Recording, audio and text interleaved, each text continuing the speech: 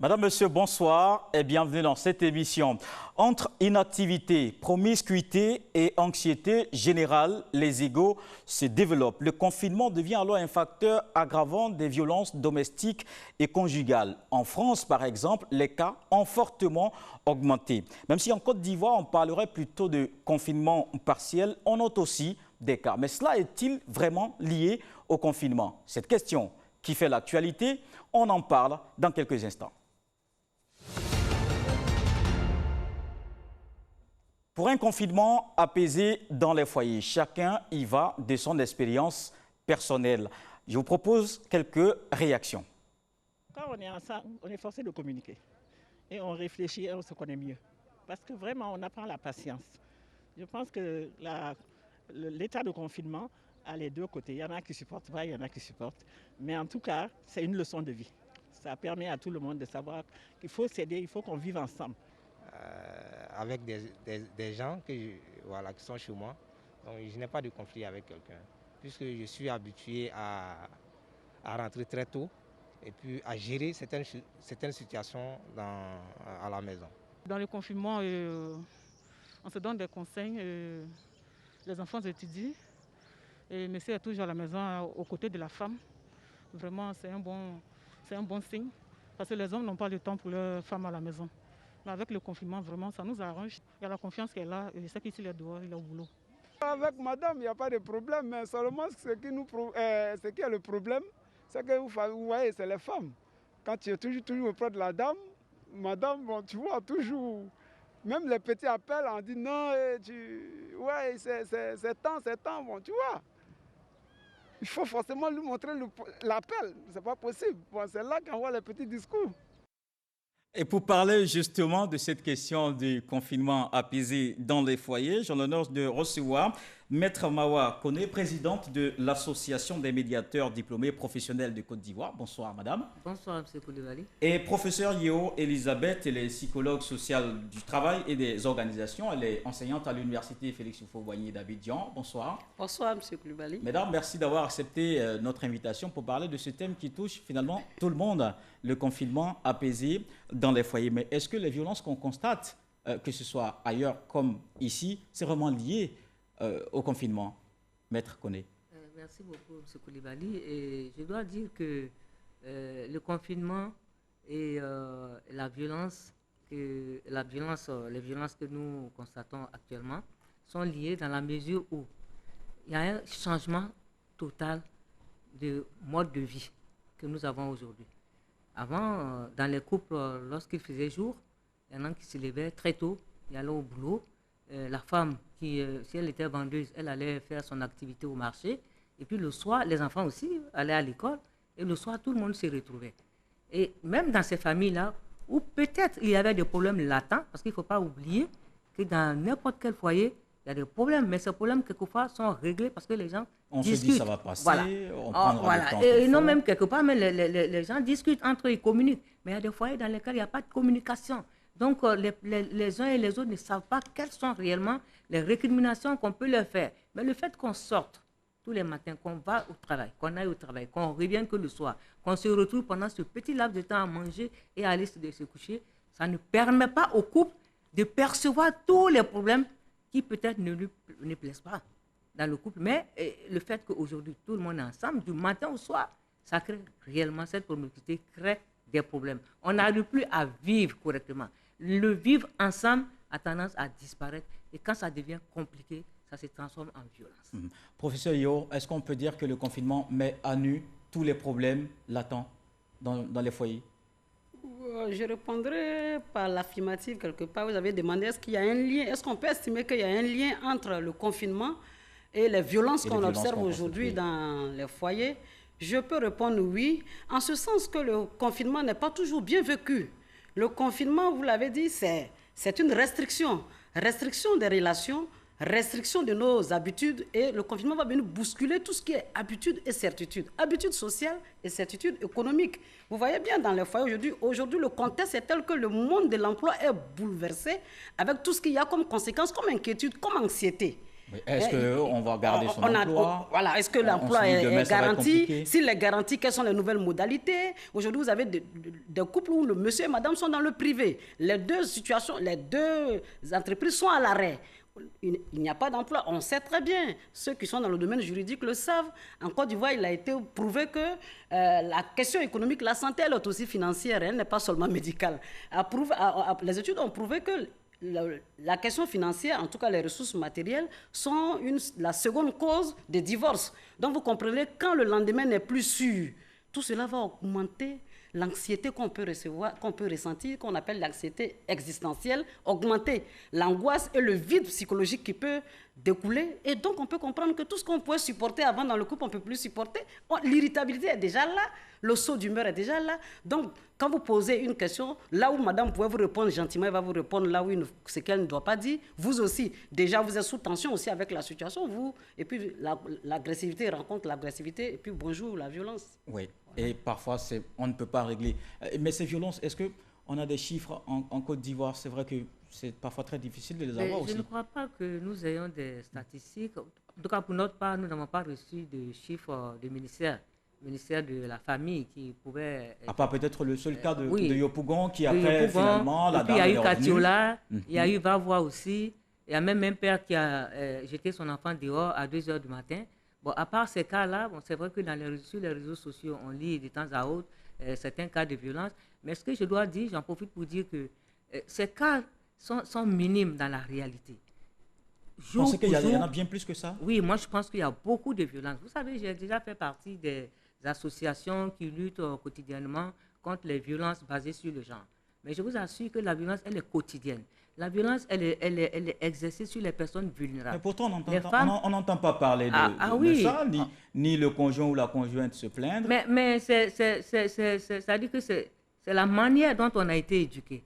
Tout à l'heure, le professeur disait que sociologiquement, on nous a façonné à ne pas nous plaindre, surtout les femmes. Même quand c'est normal. Difficile. Voilà, même les femmes. Quand c'est difficile, on dit oui, mais c'est normal que tu supportes. Tu n'es pas une vraie africaine, c'est comme si, c'est comme ça. Même quand il y a sévices corporels et tout. Oui, mais justement, et la réalité, c'est quoi? C'est que les gens ont tellement appris à encaisser, surtout les femmes. La femme encaisse beaucoup. Elles ont tellement appris à encaisser qu'elles finissent par se rendre compte, se convaincre elles-mêmes que c'est une situation qui est normale. Mais Dieu merci, aujourd'hui, il y a des associations qui dénoncent ces cas-là. Et quand on ramène ces dames-là, leurs langues sont déliées. C'est en cela que la médiation, on en disait tout à l'heure, la médiation peut être une solution pour régler ce problème-là. Parce que la réalité, c'est quoi? C'est qu'une femme qui est battue, elle a même peur. Régulièrement, si elle est battue, elle a peur de porter l'affaire sur la place publique. Peur, pourquoi? Parce qu'en revenant à la maison, elle craint que cette violence-là ne soit triplée ou ne se quadruple. Ou encore, elle a peur. Que par exemple, le monsieur reprenne de nouveau. Mais oui, on a vu l'histoire de Yopougon où ça, j'étais pas là-bas, mais ça a été expliqué. Le monsieur, il est venu plusieurs fois, il a rattrapé la femme, il a battu parce qu'elle a crié. Mais après, la dame, elle a oui, mais justement, elle a estimé que le monsieur n'avait mais justement, rien fait, et ça corrobore ce que je dis parce que la femme qui se trouve battue régulièrement, une femme battue, elle a peur de perdre son foyer parce qu'il y a une violence morale qui n'est pas visible. Ah, mais tiens, si je continue à dénoncer mon mari, c'est sûr qu'un jour, il va me divorcer. Et vous n'avez pas une oreille secourable quand vous allez voir les parents qui, eux, ont été formatés autrement, à supporter tout, à supporter les violences. Nous sommes maîtres quand même dans une société qui a évolué, une société très moderne. Professeur Yo, ce sont quand même des clichés anciens. Ça a changé les choses aujourd'hui. On peut dénoncer aisément et puis on règle le problème. Aisément, je ne sais pas. Mais je sais que les choses sont en évolution. C'est vrai qu'au niveau du droit, les pratiques sociales n'évoluent pas au même rythme que les lois. Il y a des lois qui sont en vigueur aujourd'hui, mais vous voyez bien que dans nos pratiques quotidiennes, elles ne sont pas mises en œuvre. Donc, c'est d'abord ce qui se passe dans la tête, la représentation de ce qu'on est comme femme. Il y a la question du genre, je l'évoquais tout à l'heure. Est-ce qu'il est bien, il est positif de dire qu'on est une femme battue? Au niveau de sa famille, est-ce que c'est bon dans la société qu'on le dise? Donc tout cela contribue sans oublier qu'on n'est même pas accoutumé aux statistiques. Voilà, on n'est pas habitué aux statistiques. c'est pas notre tradition. Hein. Quelqu'un me disait comme ça en plaisantant que bon, vous voyez qu'on suit au quotidien tous les chiffres au niveau des pays de développement parce que bon, là-bas ils sont comptés, on sait ils sont combien. Chez nous ici on n'est pas compté. On sait combien on est en Côte d'Ivoire. Bon, enfin, je le dis pour d'autres détails. Je ne dis pas par rapport à la population, mais je vais dire qu'on n'a pas la pratique. On commence vraiment à s'accoutumer à ces choses, mais pour le moment, ce n'était pas établi. Et puis, la femme, comme Madame l'a dit tout à l'heure, on nous a appris à encaisser, à supporter. On vous dit, vous êtes le socle de la famille. Si une famille va mieux, c'est vous, comme si vous étiez seul. Tout à l'heure, vous avez dit, il y a 2 chefs, mais en réalité... j'espère qu'il y a vraiment 2 chefs. Oui, il y a la parité. Monsieur et madame sont désormais les chefs de famille. Le dire et le faire, c'est D'accord. autre chose. Hein. Le dire et le faire, c'est autre légal. chose. Vous êtes père, madame, vous le savez. Vous avez émis tout à l'heure, vous avez donné l'exemple de la dame de Yopougon. Il y a des foyers, moi j'ai travaillé en cabinet de psychologie. Des femmes même viennent vous voir parce qu'elles vraiment elles n'en peuvent plus. Elles sont au bout de la démence. Hein, vraiment, elles manifestent des troubles vraiment très visibles, mais elles vous disent, madame, vraiment, n'en parlez pas à mon mari. Maintenant, comment on fait pour régler l'affaire? Parce qu'elle estime qu'en parlant à son mari, elle ne fait que compliquer, c'est mettre de l'huile sur le feu. D'accord. Donc, vous comprenez, on verra comment les médiateurs avec ces représentations, professionnels... on ne peut pas avoir... Moi, je voulais revenir un peu sur le professionnels, problème de la loi. Oui. C'est vrai que la loi existe, mais l'application... La loi sur la parité, Oui, vous voulez oui, dire. la loi sur la parité, et puis D'accord. bon, mais même la loi sur les violences et tout. mais Il faut dénoncer, mais quand on dénonce, le problème, il est compliqué. C'est qu'il faut avoir des preuves. Tant qu'on n'a pas pris la personne sur les preuves, tant qu'il n'y a pas de traces, telles que les blessures et autres, mais même l'agent, parce que la première plainte est portée devant le commissariat. Vous allez au commissariat, j'ai assisté à un cas une fois, je ne dirais pas le nom du commissariat, mais la dame était sur le point d'être vraiment battue par son mari. Elle était battue régulièrement. Elle est venue porter plainte de ce que son mari veut la tuer. Vous savez ce que l'agent qui l'a reçu a dit? Non. Mais madame, attendez qu'il vous blesse d'abord avant de ça. Il ne vous a même pas encore touché, vous venez vous plaindre. C'est vrai que c'est choquant quand même. Mais oui, c'est choquant. Mais les professionnels, les médiateurs professionnels dans ce genre de situation, qu'est-ce qu'ils ont déjà fait et réussi? Puisque vous l'avez dit vous-même, vous savez qu'il y a plusieurs cas qui existent, qui sont latents, Oui, dont on ne porte pas forcément l'affaire devant les autorités compétentes pour régler. Écoutez, la médiation déjà, c'est un mode amiable du règlement des conflits, par lequel 2 ou plusieurs personnes qui ont des différends vont choisir le mode amiable de règlement avec le concours d'un médiateur qui lui est un facilitateur. Il est indépendant, il est impartial, et puis bon, c'est quelqu'un qui vraiment maîtrise les techniques de communication. Donc, à force de discuter avec les personnes en conflit, à force de les questionner, de reformuler la manière dont ils vont présenter les faits, il amène les parties à s'écouter. Parce que ce qui est grave, c'est que quand des personnes sont en conflit, à un moment donné, elles ne s'écoutent plus. Chacune des parties croit que c'est sa vérité qui est la vraie vérité. Et l'intérêt de l'intervention d'un médiateur, justement, c'est d'amener les parties avec le langage courtois, le langage poli, à ne pas se frustrer, mais à expliquer leurs ressentiments, les frustrations qu'ils ont au fond d'eux. La femme, par exemple, dans un foyer, elle a du mal quelque part, même dans sa propre famille, à expliquer les frustrations qu'elle subit, que ce soit de la part de son mari, que ce soit de la part de la belle famille, elle a du mal. Mais en médiation, la dame, elle est tellement dans un environnement confidentiel, parce que tout ce qui se dit là-bas aussi, ça c'est important.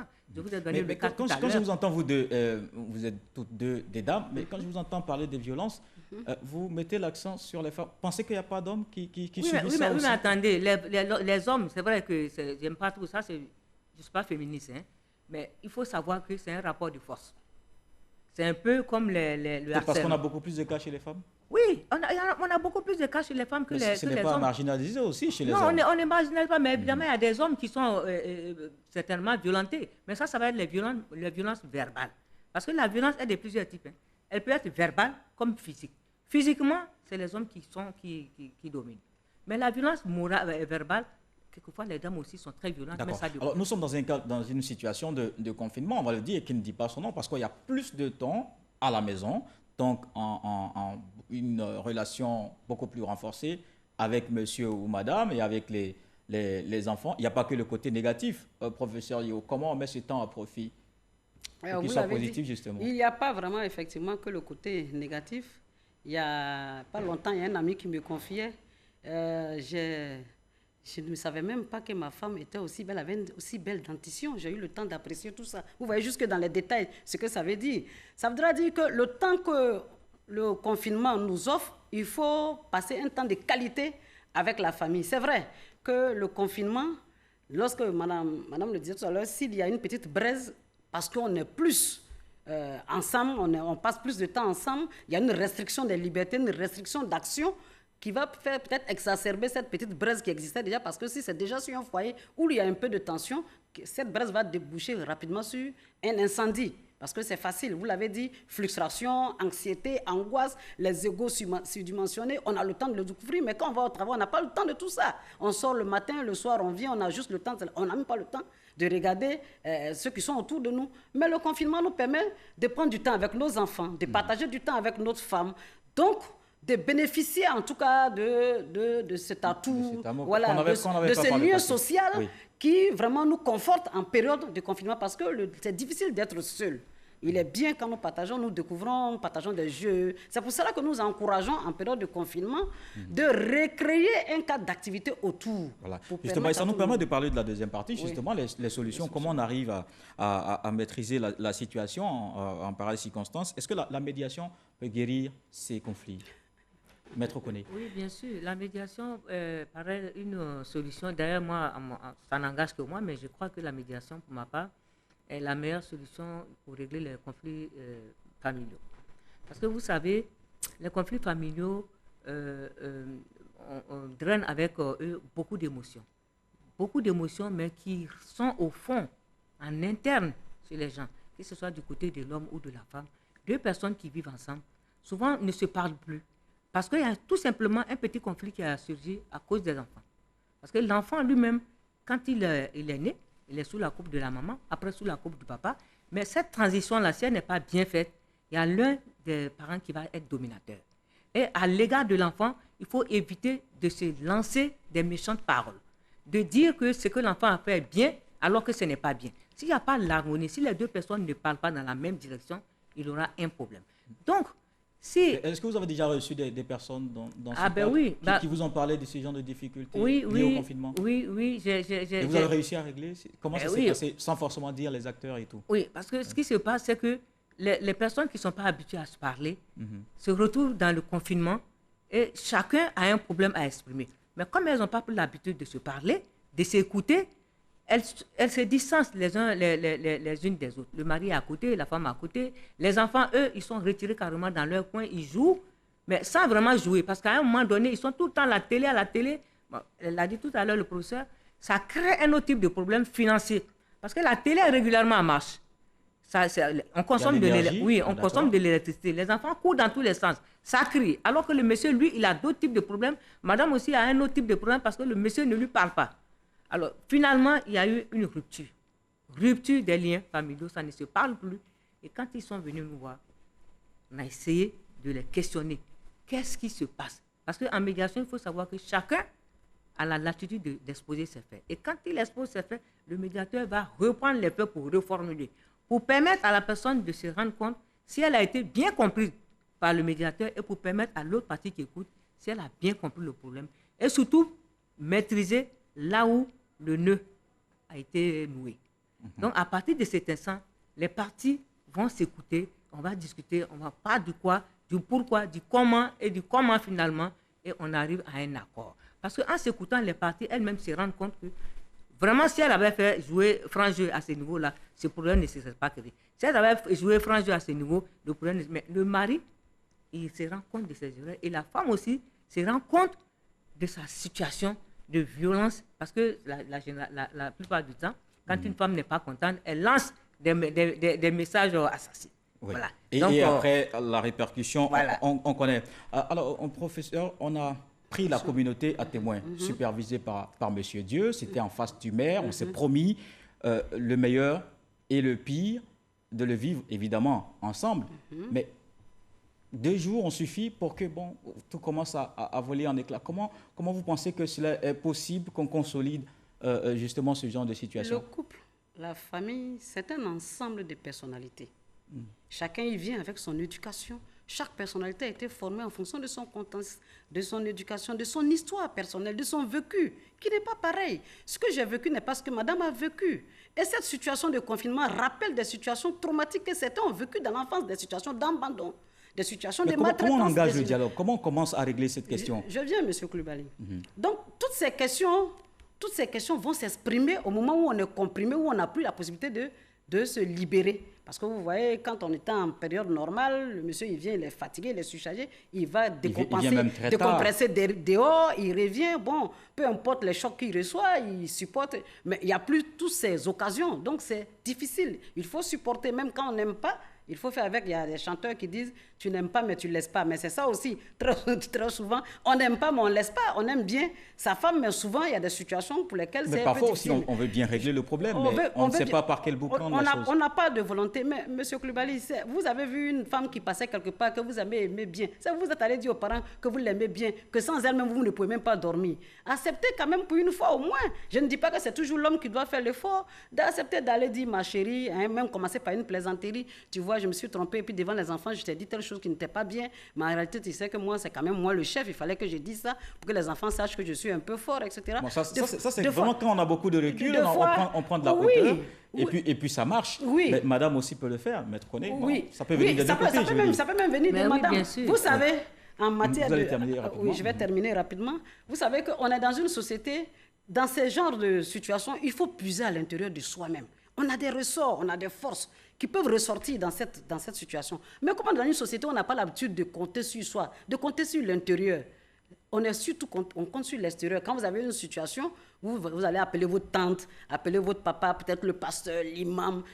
Donc finalement, c'est tout le monde qui intervient là-dedans. Alors qu'on a des ressources sur lesquels... Et c'est ce qui fait que souvent, on a du mal... on peut s'appuyer pour régler la question. D'accord. Comme je disais, on peut repartir du côté de madame aussi, qui va faire preuve de souplesse. Vous avez parlé de la société traditionnelle. Elle est socle de la famille, vous l'avez dit. Oui. Mais ça, c'est clair. Vous savez, dans nos sociétés traditionnelles, beaucoup de choses se passaient, mais on trouvait la solution. Aujourd'hui, nous sommes une société moderne. Chacun connaît ses droits, chacun connaît, comment on appelle ça, les droits de son voisin.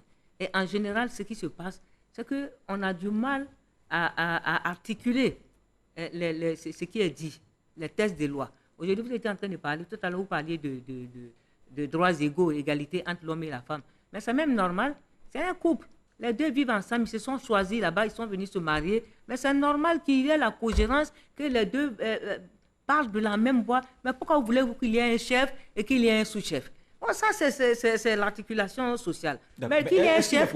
Est-ce qu'il est possible? Mais attends, non, je ne veux pas dire que le fait qu'il y ait un chef et qu'il y ait un sous-chef, c'est une manière de caricaturer la chose. On a toujours vécu comme ça. Même si on vous dit que vous êtes les égaux, là, vous-même dans votre propre intérieur, pour qu'il y ait l'harmonie dans la famille, votre organisation en interne. Vous montrez aux enfants que le père qui est là, il faut le respecter. Que quand il dit quelque chose, c'est moi qui le dis aussi. Vous le dites par rapport aux dépenses, n'est-ce pas? Oui. Non, pas forcément par rapport aux dépenses. Parce que c'est vous qui devez payer ceci ou payer cela. Mais est-ce qu'on peut épargner les enfants de ce genre de choc entre monsieur et madame? Ah, mais justement. Professeur. Monsieur Coulibaly, je voudrais rapidement revenir sur... Vous savez, l'homme en lui-même est un être animal. Chacun de nous a une dose d'agressivité en soi. On vit avec. C'est la société qui quadrille, qui arrive à harmoniser, à tempérer cette agressivité, à faire en sorte qu'on la manifeste dans un contexte acceptable pour tout le monde. Sinon, originellement, nous avons cette dose d'agressivité qui, lorsqu'elle n'est pas cadrée, elle sort très rapidement. C'est la société, le contexte. Donc, dès que le contexte maintenant, par rapport aux enfants, effectivement, ce que nous ressentons comme anxiété ou ce que nous dégageons comme parole, et je crains qu'après ce confinement, en tout cas, je souhaite que ça ne soit pas le cas, mais je crains qu'on en arrive à des éclatements de famille, à des situations de départ d'enfants, parce que beaucoup d'enfants sont aujourd'hui les arbitres entre papa et maman. Ils doivent faire la séparation chaque soir, puisque la famille, le terrain familial se transforme en ring. Mais vous, les psychologues, vous aurez donc un rôle à jouer, comme les médiateurs professionnels. Vous aurez aussi également un rôle très important à jouer en période de déconfinement, évidemment. Ouais. Malheureusement, le temps court très vite. Certainement qu'on en reparlera. J'ai pris beaucoup de plaisir, en tout cas, à être en votre compagnie. Madame Maître Mawakone, présidente de l'association des médiateurs diplômés professionnels de Côte d'Ivoire. Merci d'avoir répondu à notre invitation. Et professeur Yo Elisabeth, psychologue sociale du travail et des organisations. Vous êtes enseignante à l'université Félix Houphouët-Boigny d'Abidjan. Mesdames et messieurs, merci de nous avoir suivis. Cette émission est terminée. N'oubliez pas de prendre soin de vous car la lutte contre le Covid-19 se poursuit. Si vous sortez, n'oubliez pas votre masque. Prenez soin de vous. À très vite.